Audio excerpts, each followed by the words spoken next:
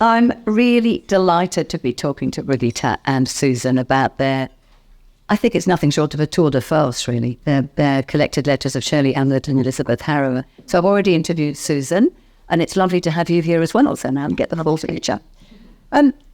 This is a bit unusual. How many people in the audience have read books of letters in general? Could you just wave your arms? Good. Well, I have lots of questions for you. Has anyone read this particular book of letters yet? Good. Great. Well, you've got it. Certainly something very good to look forward to. I've read the odd letter by a writer, but never a whole book of letters like this. And it gives you a completely different perspective. I found it gripping, which is an odd word to use for something like this, but I think by the end you'll understand why. The book sheds light on the complex friendship between Elizabeth Harrower and Shirley Hazzard, on their writing, on their lives. Two Australian women writers, one of whom spent most of her life in Australia and one of whom spent most of her life outside Australia. It also gives her their personal views and the views of others on the political times they lived through, the literary world in Australia and beyond, which is roughly from the late 60s to the early noughties. Early noughties. So the first question is kind of a bit obvious, but here goes, and you can answer this in any order. Why are these two writers important? So why should we be reading them, rereading them? And why are their letters important? Just a couple of small questions. A little question to deal with halfway. Well, they were, when they were writing, which was mostly in the middle of the 20th century, there weren't many women writing in their genre. I mean, there were, of course, but there weren't as many writers as there are now. They were both highly respected in Australia, but even more in the UK, where Elizabeth lived for some time and her books were first published and then imported to Australia. And for Shirley, published in New York, where she was living with her husband, Francis Steegmuller, and her books were being sent back to Australia. So they really were international figures, which worked both for and against them. But they were writing really powerful stories with women at their centre, both best known as novelists. Shirley also wrote a lot of non-fiction about the United Nations and other subjects, but they wrote deeply psychological, intense, uncompromising books about women's lives and problems, and didn't whitewash anything, did they? And they're books that still speak to us today. You know, when we talk about domestic violence and all the issues that women face today, they're in these books. And the letters between them are, they show... I'm going to hand over to that because I'm talking to you. I think I agree completely. I think Harrower is one of the great psychologists of the novel, and we go to her books for this intense perspective, an interior perspective. Many of them, as Susan's finding out, are written from the inside of her own experience, and they are very much about the lives of women, of a young girl, the experiences and the perceptions of the world, set both in Sydney and in London, mostly in Sydney. Hazzard, on the other hand, I don't see as a great psychologist, a great writer of interiority in quite the same way. She's a great writer of sensibility. She is one of the great stylists of the last half century, the last century. The Transit of Venus is indisputably one of the greatest of the post-war novels in English. It's not an easy read. Harrower's not an easy read, but in a very different way. Harrower's confronting, and she has an extraordinary turn of phrase. But Hazzard constructs this immensely intricate novelistic world where you pull one tiny string and the whole thing kind of explodes. And she surprises you with the intricacy of what she imagines. And Elizabeth says in one letter after she reads I think it's actually after reading The Great Fire, you've been living with all of that enormity in your consciousness for so long, like Holding it together. holding it together, Yes. in that way. And but what Hazzard is doing in those novels, which partake of melodrama in places, partake of that particular excessiveness of life, but she is reminding us about the important lives of unimportant people, and in that has a lot in common with Harold. So I think their writing styles are really, really different from each other. They're both really important novelists, but in completely different ways. And to find this shared ground between them, as they're both being lauded and overlooked at the same time. And they're also battling the question of how to write. They both come to writing. Well, Elizabeth begins early and then stops, and Hazzard writes her first story at 30 and kind of keeps going, but there's endless interruptions. It's a battle to write. Neither of them is particularly prolific. I mean, there are not dozens. This is one of the things we'll talk about, mostly in relation to Elizabeth Harrower. But the same applies to Shirley. I mean, she didn't write. She wrote published four novels, and Elizabeth published 5.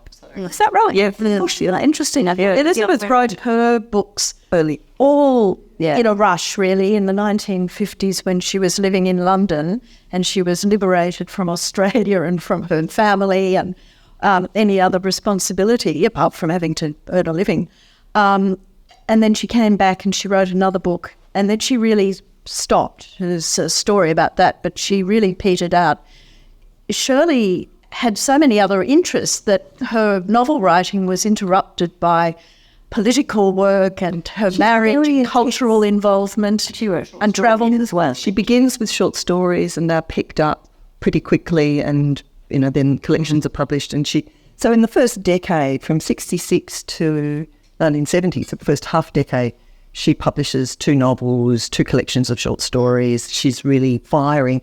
Then The Transit of Venus takes her 10 years to write. That was the one with 27 drafts of each page, and the perfection of it is realised. And then it's another 20-something years, and that's the really interrupted one. And her husband had early onset dementia. Well, not so early. He was 25 years older than her. So from the early 1980s, he's becoming increasingly forgetful, and she's putting her work aside to care for him and not care for her mother, but that's another story. And she's writing, she's consumed with this passion to write about, to tell the truth about the United Nations, where she worked as a typist. And she, as we were saying, she broke the story on Kurt Waldheim's covering up of his Nazi past. She broke the story in 1980, and then it wasn't picked up until the mid-80s. And she made sure that all the important people knew that in fact she had done that. And in fact, Waldheim was contacted and asked about whether what Shirley Hazzard was saying was true, and he categorically denied it. Whereas in fact it was true. There's also another extraordinary thing she talks about: young Australian women being sort of imported. She's obsessed with that one too. Can you tell us a bit about that? It's a little bit obscure and a bit niche, and a lot of her interests were quite niche. For instance, I'll get to that one in a minute, but one of them was she was told that Solzhenitsyn's books had been removed from a independent bookshop that was on UN territory in Geneva. And she got Graham Greene and writers, pen writers from all over America to write angry letters to the UN. She called it censorship, and kind of, a storm in a teacup, really. It was, but she would have spent a year of her life just being angry about that. The same with, there were young Australian women that were hired under particular contracts that meant they were excluded from various employment benefits. This is at the UN. At the UN. Yeah. And they came to see her because they knew she took up causes. And there were a number of other UN things that she picked up as well. And she took on Elizabeth Reid, Whitlam's advisor, who was then posted to the UN, and they didn't get on. Quite a funny relationship. In fact, they were introduced to each other at a UN function in New York, And they said, "Oh, I think you've been writing to each other." And Shirley says, "No, I've done it." Yeah, it's been yellow. That kind of thing. And she recruited Elizabeth to help her. Yeah. Because Elizabeth Harrower was a Labor Party voter all her life, reluctantly a member in latter years after the dismissal of the Whitlam government, or perhaps she joined before. But she adored Gough Whitlam and got to know him too, stayed with the Whitlams in Paris later. But Shirley tried to get Elizabeth to sort of get to Elizabeth, or to get to Whitlam, and sort of bypass Elizabeth Reed in a way, to try and solve this problem. Because it didn't work. Run through the book. It's easy to see it as a personal story of two women and two female writers, but actually it's a huge amount more. Now, both of you knew both of them. Is that right? Yes. A bit. Yes. Quickly about that? Yes. Well, I was New York correspondent in New York in the 1990s, early 1990s, and was sent along to interview Shirley Hazzard to find out when she was going to write another novel after The Transit of Venus. And so I had a lovely afternoon with her and Frances Stiegmuller at their apartment on the Upper East Side, wrote a profile, and really developed a friendship for the last years of her life, although, she was in New York and I came back to Sydney. But we saw each other several times, including a trip to Italy that my husband and I did with Shirley in, I think it was about 2008 or something like that. And so we benefited from her great generosity and erudition as we travelled around Italy. And Elizabeth I interviewed when I came back to Sydney as literary editor of the Herald in 1996. She won the Patrick White Award, which was funded by her friend Patrick White, to recognise writers who deserved more than they had had. And then I interviewed Elizabeth again, not having talked to her in the meantime, in 2014 when her books were being reissued.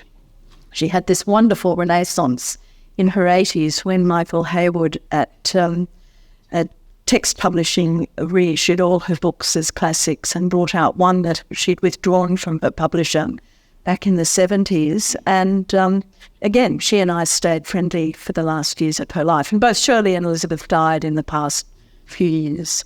For you, yours was far more intellectual. Can I ask that question? Were you one of the lovely Australian journalists she mentioned? No, that was before my time. It was just a lovely, lovely and sometimes beautiful. Well, Sting, but I don't even know who they all were. I thought that was a lovely turn. Yes. But you knew both of them as well. Well, I visited Shirley in her apartment pretty much every winter from about 2009 until she died. When it was in 2016. And managed to talk her and her friend, who she was quite frail at that stage, and she had a friend who was looking after her, and she had nurses and so on. I talked them into looking for the papers. I shamelessly was just there I wanted to find the manuscripts of the novels. I wanted those 27 drafts of The Transit of Venus. I was not writing a biography. I wasn't interested in writing a biography. I mentioned about her work. Yes, yeah. So I was interested in the work, and got to talk to her. And some visits she was completely lucid and wonderful, and others less so. And then after she died, I kind of took on that role. Her executors were really keen to have a literary scholar write the biography, and I sort of felt like the responsibility that I had to take on. I'd also brought back into print. I'd edited a collection of her short fiction with some previously unpublished stories in it, and a collection of her non-fiction, her essays, again with some previously unpublished material. So it was the kind of the scholarly labour, really, but drawn more and more into that. So you had access to her papers and to her letters from Elizabeth? Everything, yes, and I found those, and her friend Francie, who was from the Salon, saying, who is this Elizabeth Harrower? And she just writes pages and pages about Elizabeth Harrower. All harrowing work. Yeah. And So we packaged those up, and as I've said several times before, I found an aerogram from Christina Stead, who Elizabeth had introduced her to. That was an aerogram from C. Blake of Hurstville, and I thought, what's Mrs. Blake writing to Shirley Hazzard? And of course, it was the great Christina Stead. So there were those and all sorts. So I looked through the papers before anyone else, before they were sorted. They've finally been sorted, and any researcher can now go and consult. So you have first dibs. I had first dibs. What I didn't have access to, though, And this is really relevant. Shirley's letters to Elizabeth. And as soon as Elizabeth's letters to Shirley were sent back to Sydney, to the State Library of New South Wales, they were embargoed. So Elizabeth had put an embargo onto Shirley's letters to her that were in the National Library until they're both dead. And that's how I first met Elizabeth, was going to visit her and saying, would I have a look at them? Really, no, you can't. And there was no reason. There's nothing in those letters, as you can see, that shows up anything bad about Shirley or indeed about Elizabeth. They're fascinating letters, but there's no dark secrets or any reason. The other side of the picture. Well, this is Not uninteresting. Yes. So when I wrote the biography, which came out a year and a half ago, I hadn't really had access to the letters in a full way, because I'd seen some of them and then they'd been locked away again. So what I had to work with was Elizabeth's own account of the friendship with Shirley, which in her and of the terrible story of Shirley Hazzard's mother. And the way Elizabeth told the story then was that Shirley exploited her terribly, that Shirley was condescending and pompous, and Elizabeth really had no time for her. Reading the letters, it's a profoundly different story. So I don't know whether it's that truth that she didn't want to come out. I don't know if it was, or she was just being contrary. She just Respecting their privacy, I think. Yeah. But Shirley had given me permission to get to look at all the letters, and I showed that to Elizabeth. That was not. She just didn't mind. She does come across as having firm opinions. She certainly did.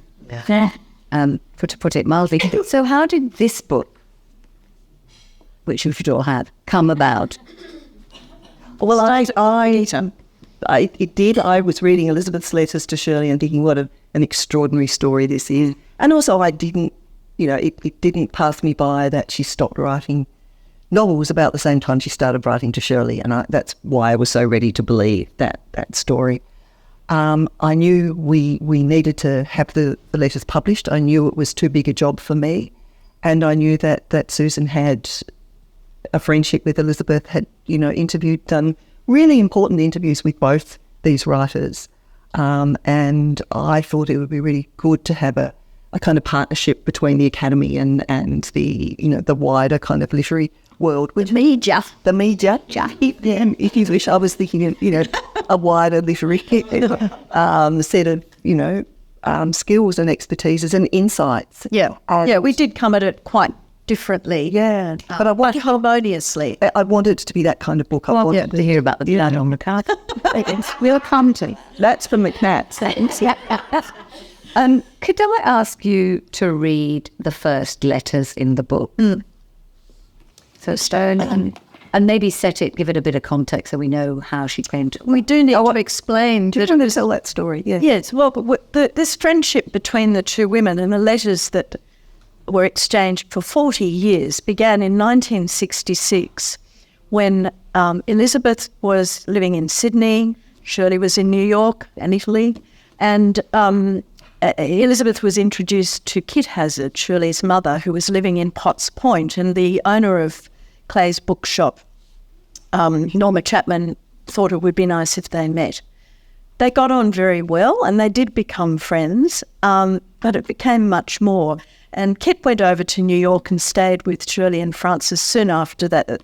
She'd met Elizabeth and raved about this lovely woman, great writer, blah, blah, blah, and wrote a letter back to Elizabeth, which Shirley wrote a note on the end of it, and that was the first letter. So this is what we're reading. 200 East 66th Street, New York, August 30, 1966. Dear Elizabeth, if I may call you that, my mother has let me read your so nice letter with its lovely and generous words about me. I'm happy that you liked Nothing in Excess because it's part of a book I'm working on just now and ultimately despairing of and pressing on with. I'd like to read your writings one of these days and look forward to that. Also perhaps to meeting you eventually in London or here. With very best regards, most sincerely, Shirley H.S. And 3 months later... I was quite intrigued by the gaps between the letters. Partly, well, in this case, it was a first exchange. They weren't rushing to reply, but the mails were really unreliable. The mail was slow to start with, and then there were strikes and lost letters and all sorts of things. 6 Want Street, Mossman, New South Wales, 16th of November 1966. Dear Shirley, I was so pleased to have your note along with your mother's letter. Since the time I found your first story for myself, I have taken an exclusive sort of interest in your work and watched for it in the New Yorker. I like it very much, find it extremely congenial, and as I seem to remember saying before, in some mysterious way that I probably could but won't pin down, a great relief. When circumstances organised me into Macmillan's, where Elizabeth was running the office for Macmillan Publisher in Sydney, I was delighted to see that they were publishing Cliffs of Fall. Then recently I so enjoyed meeting your mother. We were well disposed towards each other, of course, because of our common enthusiasm, but it turned out that we would have been well disposed anyway. I was sorry we met so late in the day, so close to your mother's return to New York. Someone was arguing the other night to the effect that Australian writers had to live abroad if they were to write anything of any consequence. Your name was then brought in to support this idea. You would not have been writing about the United Nations if you lived in Australia. Since nothing of international importance ever happens here, the journalist went on, the writers were at a great disadvantage. If people write about public events, I suppose this is true. But if they write about people, the only handicap here or anywhere is a lack that no change of continent would be likely to alter. It's very emblematic of how their friendship develops. Yes. Since your work seems to me at all times extremely private, I was taken aback to hear this and could only feel that you had been misunderstood by my acquaintance. However, this sort of thing has been gone over too often already, though not by me. It would be pleasant to meet sometime. After 8 years in London, I came back to Sydney for a visit, stayed, and now seem very disinclined to wander. Still, it is nice to see new places. I'm sending you a copy of The Watchtower, my new book, under separate cover. I wish you well with your new novel and look forward to seeing more of it in the New Yorker before long. All good wishes, Elizabeth.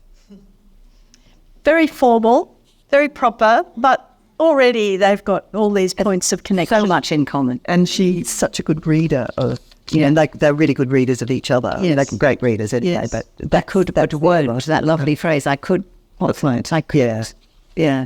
And at the end of the book, of one of the last letters, she also says something sort of heartbreakingly, the very last letter, heartbreakingly accurate, but we won't read that now. Anyway, so they met through Kit. I keep wanting to call her Kit Harrower, Kit Hazzard. Who's ever Kit Harrower. Might as well have been. Kit Hazzard, who was a woman she had a very difficult life and she needed a lot of support. Can you tell us a bit more about her, perhaps, either of you?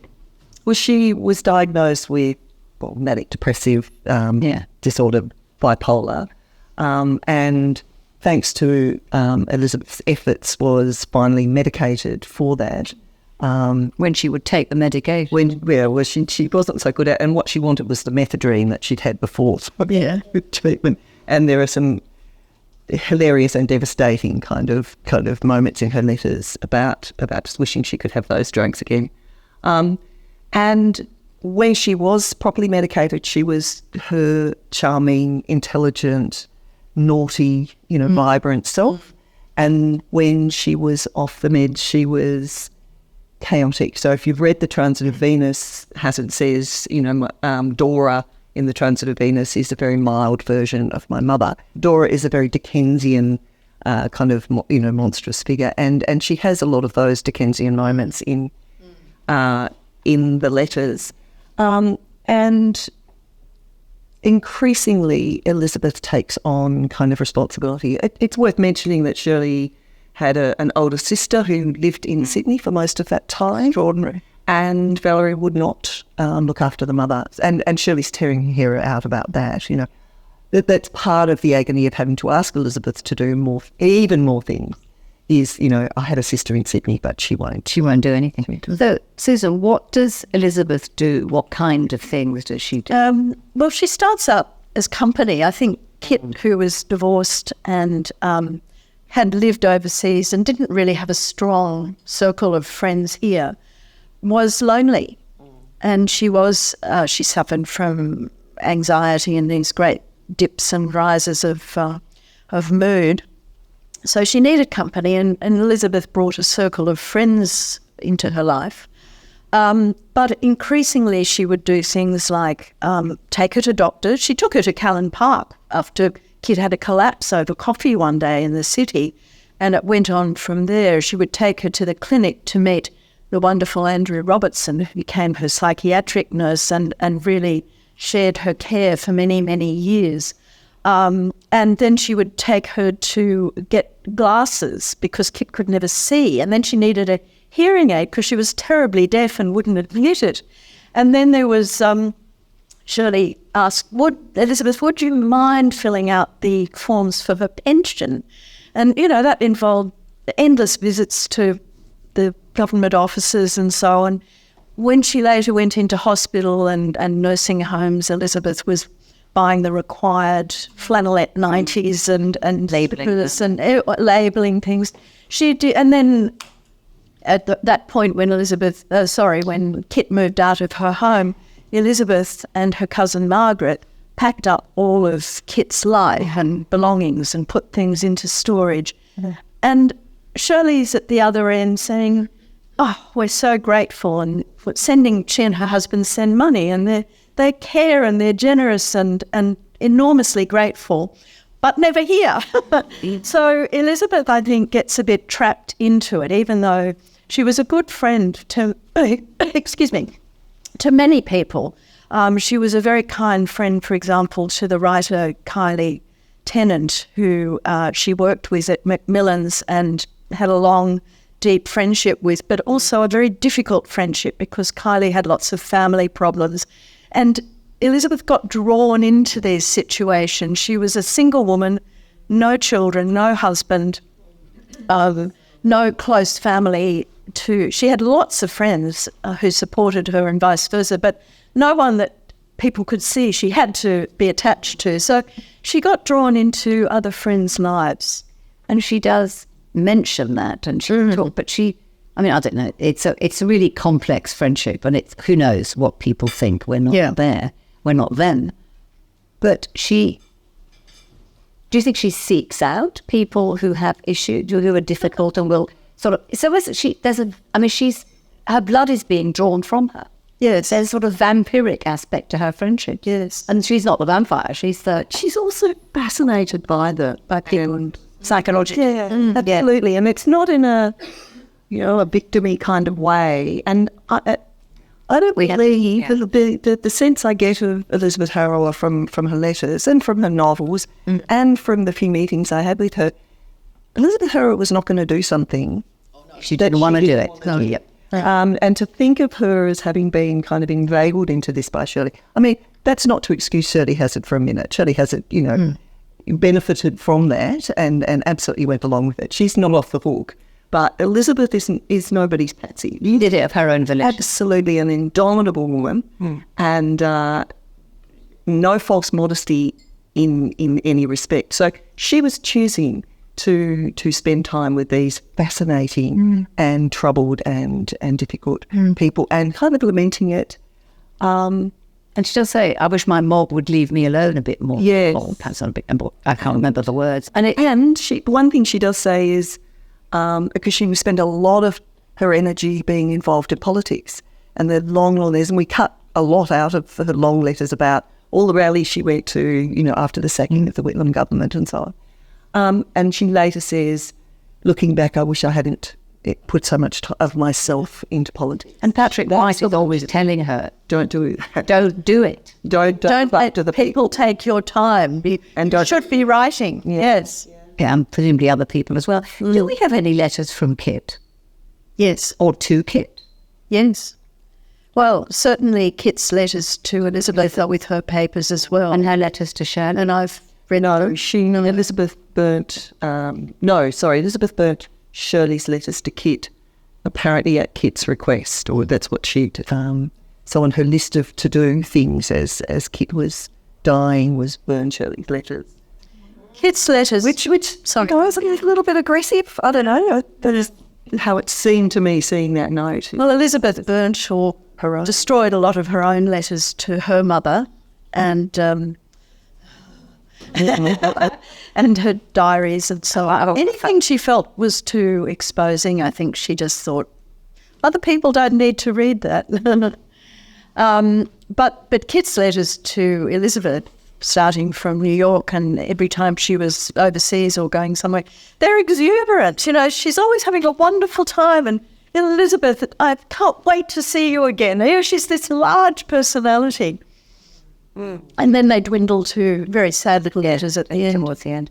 Now, they both lived in different countries, as we've been saying, and most of their friendship was in letters, in telephone calls sometimes, but they did meet, 5 times, 6 times? Yeah. And how did those meetings go? And could you perhaps run us through a few? Mm-hmm. So selected. Mm-hmm.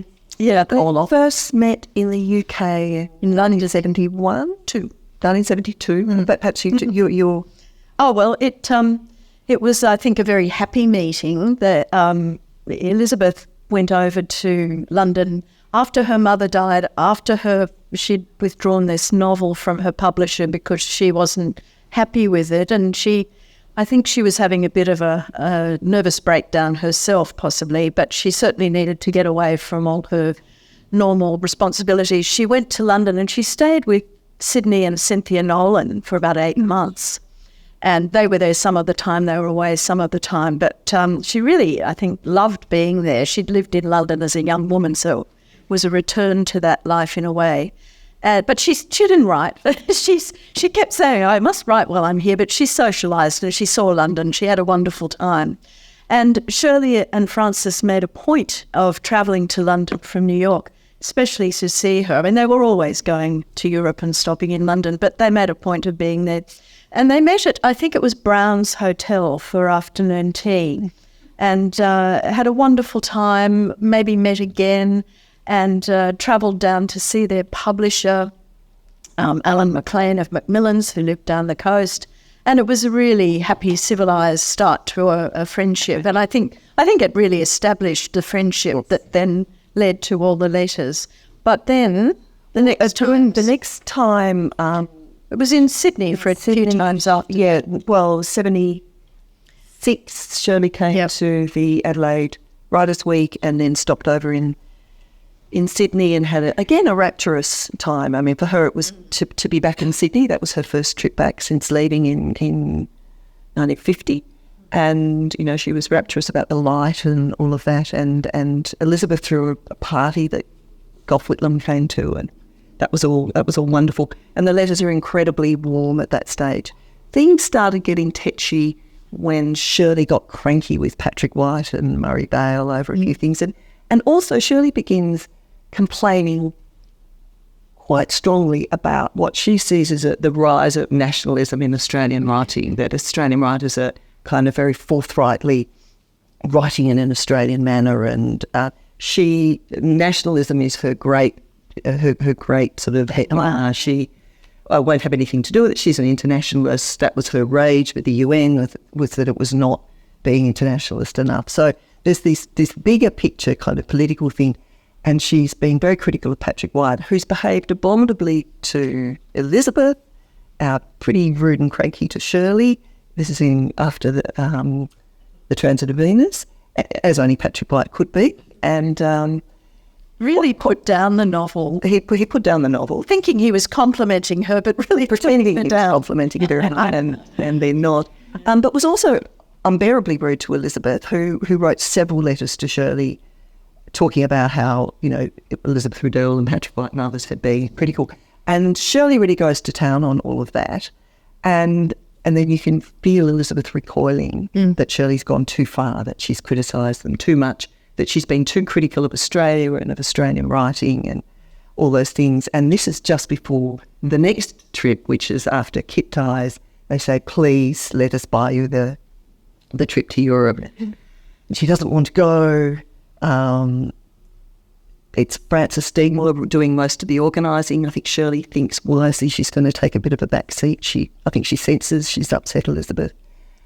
Elizabeth reluctantly arrives and she's in a very bad mood and behaves very badly. So we don't know this from the letters, but we know it from Shirley Hazzard's diaries, where she said, she said she was cranky, very prickly when we picked her up at Rome Airport, and we drove her to the Hassel Hotel, and she just complained about her room because it didn't have a view. And then some very Shirley kind of resentments where she never asked for a word in Italian and she wouldn't look at our bookshelves. And she obviously wanted to share this glorious life that she had. Elizabeth's, again, not going to be kind of directed around. And then at lunch on Capri, apparently Elizabeth raised a toast to Frances, the kindest person at the table. Shirley at the diary says, I replied, it isn't a competition. I think it was. And then Elizabeth basically runs away, stays with the Wyndhams in Paris, goes to England, and then writes to Shirley saying, I'm not coming to New York, they'd been expecting me. And Shirley is devastated. She's humiliated. She had adored Elizabeth and she couldn't understand what was going on. And she wrote to another friend, perhaps Elizabeth doesn't really understand what's going on herself. And I suspect, well, Shirley's not understanding it either, a bit, not understanding how her own behaviour was so off-putting. But there's a dimension of Elizabeth not, part of it was just fear of travel, don't you? Fear of travel. As I say, there's another travel story that ends badly. Yes. And I think that also Elizabeth got to see the difference in their lives as well. Capri. Shirley had all this glamour, and the husband Francis, who Elizabeth really liked, as Brigitta has illustrated. And not that she was jealous, but I think she just felt that Shirley was being a little bit grand and controlling, and even though they were giving her this wonderful trip. But I think she just wanted to keep her independence and her own life. Yeah. And she'd just come out of these years of looking after Kit, and I think she was a bit exhausted by it all, to be honest. Yeah. But as we noted, the letters after that take on this, it's just a more relaxed kind of demeanour, comportment between them, isn't there? There's more genuine affection. There's no more Kit bothering or being difficult. And she died at this point? Yes, she just died just before Elizabeth went. Actually, she was in the nursing home. It was her last year. I'm getting that wrong, and you can't correct me. 84 was the trip. 85, Kit died. But she was really was barely there. Yeah. She hadn't recognised Shirley when Shirley visited her in 84. And she said, but it's funny, you look like her. So that... Would they have been friends if they'd lived in the same country, do you think?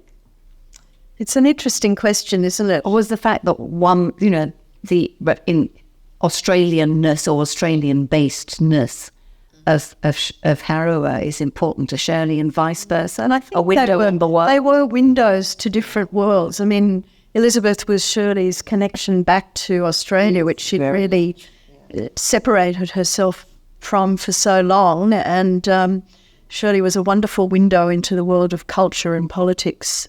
And they were like-minded a lot. I mean, they were very They had some different opinions about some books or whatever, but mostly they shared taste. They did. But they both loved writing letters. They were both great correspondents. And I think, as you and I have discussed between us, that the friendship exists in the writing and the chance to sit back and craft a beautiful letter and express their thoughts as they really want to and have time to think about it. And have a draft of the letter. Shirley did, definitely a fan draft, for sure. Not necessarily the ones to Elizabeth, but letters, for sure. And with all of that, I was thinking of the comment Michael Hoffman made in the review of my book about Hazzard, but I think it also applies to Harrower as well. He says something like, she didn't give herself to be known. That's the first thing, that privacy, that not privacy, but a withholding of self that's so important for Hazzard. And I think for Harrower in a different way. And also, he said, she's someone perhaps for whom speech was a second language. So she's more at home on the page and less at home in conversation. And that's another way of thinking about that friendship, because it just offered them those they both needed. Though we should just say that they often spoke on the phone too. I mean, it wasn't easy to make international phone calls in those days, but if there was something to celebrate or to commiserate about, they would each pick up the phone. And so there are gaps in the letters where they must have spoken to each other. And so, I think telegrams. And telegrams. And a lot of cards. The wonderful one just after the sacking of the 1975 election, which they were both devastated about. And Shirley's telegram reads something like, aghast, election and mother. Yes. Thank you, we'll ring the chimes, the department. Since we're talking a bit about politics, I mean, not mother, but election in this case, I thought it would be good to read some of their political comments to each other. There's a fascinating account of the dismissals, because it's so personal. And that Elizabeth's there. Yes. Yeah, Elizabeth's in Canberra. Visiting Christine. By chance. I mean, she just happened to go that week. Page 147. Yes, I'll just read. Christina Stead, when she moved back to Sydney, became a good friend of Elizabeth's, and they'd met in London, but they became good friends here. And Christina invited Elizabeth down to visit her and stay with her in Canberra. And it happened to be in November 1975. And they knew there were things brewing, but no one expected what was going to happen. And on the 17th of November, when Elizabeth is back in Sydney, she writes this to Shirley. In fact, my dear Shirley and Francis, she writes. I'll just read a part of the letter. On Tuesday, November 11, 2 women, wives of professors, came to take us for a picnic on the Murrumbidgee. One knew someone close to Wyndham and was going to ring to see that I could get in without trouble to the visitors' gallery. Picnic very gay and lively, lots of optimistic political talk. Home again with arrangements for Parliament the next day. Telephone rings. I hear Christina saying many times, "But that's terrible, that's terrible." Finally she came in. "What's happened?" she asked. "Malcolm Fraser is Prime Minister. Kerr has got rid of Wyndham. Horror, horror and stupefaction. People very nearly fell down in the street with amazement and dismay. Manning Clark, our most splendid historian, said he was literally sick. Switched on radio, which was dooming away in stunned voice. Chris offered gin, brandy, sherry, while I paced about holding head and listening to reports. Finally knocked off some Nescafe and took taxi to Parliament House. People surged there from everywhere. It was so awful.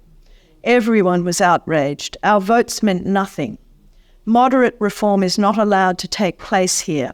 The new leaders came out on the balcony like Nazis. And laughed like Nazis. Then our deposed mates came outside to the front steps where we all were to talk to the crowd and were hugely cheered. Wyndham came out, and it was a relief to see him still alive and valiant in the face of all this.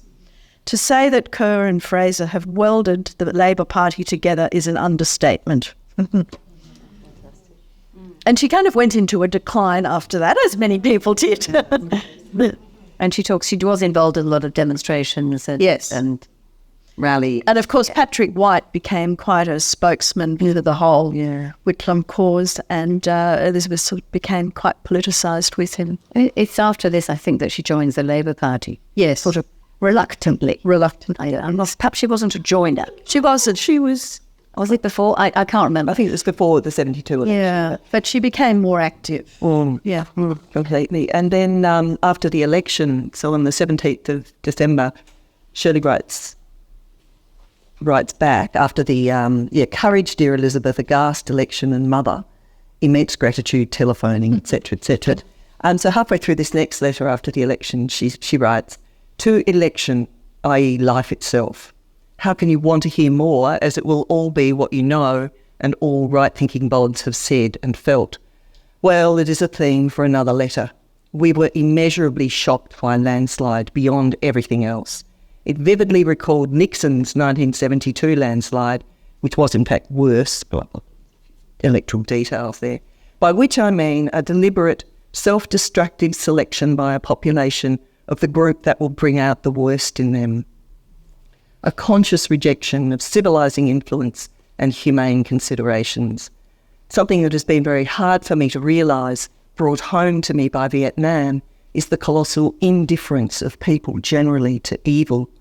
I do not want to suggest that other eras were better in this way, but I do think there is something in the mass society, overpopulation, aggressive materialism, masturbatory advertising, saturation of people's responses with irrelevant urgings and information that has used up the general capacity for ordinary human instincts and good intuitions. I used to think if you could bring the truth home to people, they would mostly care. I'm afraid I don't think that any longer. The truth of Vietnam was brought home day after day, year after year to Americans, and they did not care. They don't care now either and have simply expunged it from their minds. So this seems to be in the Fraser-Whitlam result. How really Quite fresh, isn't it? Yeah, absolutely. It's that lovely thing about it. 153. About choosing something which is going to be, is choosing the worst. And one does look at the current situation. Was an election this year, but we won't go there now. I'm just keeping an eye on the time because I've got about 20 more questions to ask, but I do want to leave the audience a bit of time. Well, this is a completely different question. Do you have a suggestion for the best way of reading this book? Because I've been wrestling with it. So I started at the beginning and then raced to the end for various reasons, which Susan knows. I had to interview her. And then went back and dip in and out. And recently I've decided the index is a great way to read it. Pick a name in the index that you know or that you don't know and have a look at it. And you're going to be surprised. But do you have suggestions? Because it is not necessarily easy to read from beginning to end. But you might suggest that. I don't know. I love your idea of the index. I'd say that's a good way to read it the second time. One has to start with the introduction, which is really, really good because it contextualizes everything. I think one of the things that moves me about the letters and that kept us going really through all the dozens of edits that we went through is there is a really strong narrative. There is a strong storyline. It's the storyline of a friendship, which is a significant one. It's the story of from the 1960s to the 2000s, and it's a story of two women growing old and alone, kind of, and that's, it was kind of astonishing as we were doing the work to find how strong that story was, so that even though we took a lot more out of it than is here, but that story kind of remains. Yes. And that's what we really worked on. That's an incredibly strong story. So I think read it as almost a biographical work, really. But also it's almost like a novel. Yes. I mean, the extraordinariness of some of the things that happen is really novelistic. And you're left wondering, you're left thinking, what happened? There are gaps. Reason for, but it's not just because of the gaps, even in what you've been saying. So what was it that Elizabeth got so upset about? I mean, we have ideas, and I just think Kit is the mysterious person in this as well. I want to know more about her. Do you, quickly to talk about letters in general, now, people on the whole don't write letters, or do they write emails? What's going to happen to the letter? And there was actually a letter in the Herald today in response to the review of the book, the very nice review by Gail Jones that appeared on Saturday. And Con Vaitsis, who's one of the old-time Herald letter writers, he's been published for 40 years, I think. He wrote a letter saying, exactly what you're asking us, that letters won't exist in the future. How are we going to chronicle our own lives and history and so on? He said, I have love letters from when I was young, and I pull them out and I still get very moved by them. What will happen if we don't have those? So it's a different world, isn't it? Maybe there are writers in this room. Are we going to ever, do they write letters? Do they write their emails? Do they keep their emails? Well, libraries are trying to keep digital material and they are finding ways. I feel as though it's so ephemeral that it won't last an eternity. There's nothing like going in, opening up the folders and finding the typed letters that feel as though they just came out of the typewriters and these familiar signatures. I mean, we can now recognise a letter from Elizabeth or from Shirley from the font on their, the keys on their typewriters and the paper they used. They were all typewritten, not handwritten. The odd handwritten one, but we were very lucky. They were so beautifully, neatly and grammatically typed. I'm not sure reading someone's emails will quite replace that. Yeah. Another way of thinking about it, though, is we are really interested in people's lives. So we are interested in biography, and particularly writers' lives, for good or ill. And I think biographers will find a way to get information. There's something kind of contingent and, serendipitous or whatever about the process, because you write a book on what you found, on what has survived, which we know is necessarily incomplete, or you overlook things or whatever. And I suppose there will be some other version of that. There'll be other chronicles, other versions. Our Facebook pages. Well, and social media profile also. Yeah. There's, And you're wrestling with this, writing a biography. Yes, I'm continuing to research Elizabeth Harrower's life to write a biography. And what am I wrestling with? Well, a lot of things. The issues are how you get what information you get, what's left, what isn't left, where it is, where it isn't. Yes, and what you can use. And what you can use. Big question, yeah. Before we switch to questions, I would really like to read the last two letters. How will we do this? Do you want to? Why don't you read them? All right. The story. I'll tell you later. Just read them and I'll tell you later. So these are the last two letters from Elizabeth to Shirley. Shirley had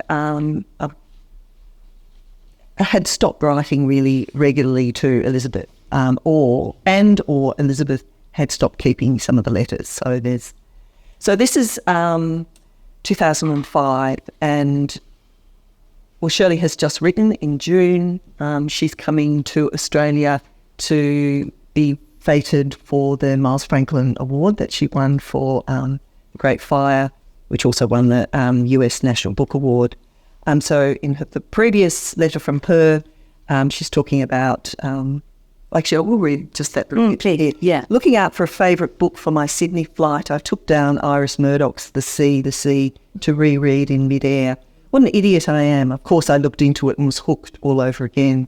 And then she goes into a little, a paragraph or two about Iris Murdoch, who's been a writer they've discussed quite often. And then Elizabeth writes back a week or so later. Dearest Shirley, too much to say, except that I look forward so much to seeing you, the sooner the better. If we can speak when you arrive, we can arrange times, places. You suggested prompt lunch or even cup of tea and perhaps dinner on Friday the 17th or the 18th. I'd like any or all of these. You say you hope to be recognisable, and I look much more worn than I feel, but we'll know each other. With love, Elizabeth. And then an undated Christmas card from 3 years later. So this is after Shirley Hazzard had a fall on the street in Rome. She was knocked over by a passerby and had a sequence of surgeries on her hip and never regained her mobility. She refused to do a physiotherapy. She said, it isn't elegant, it isn't graceful. And because of that, her mobility was seriously, progressively impaired, and her world shrunk quite literally. So she just stayed in the apartment. And then the dementia, which she'd been kind of stating off, really moved in. So this is a hard one to read, as Susan knows. Dearest S, this card, a light in the darkness. Picture on the card. It was good to hear your voice when you left a message some weeks, months ago. Then weeks ago I rang when it was too late for me and too early for you.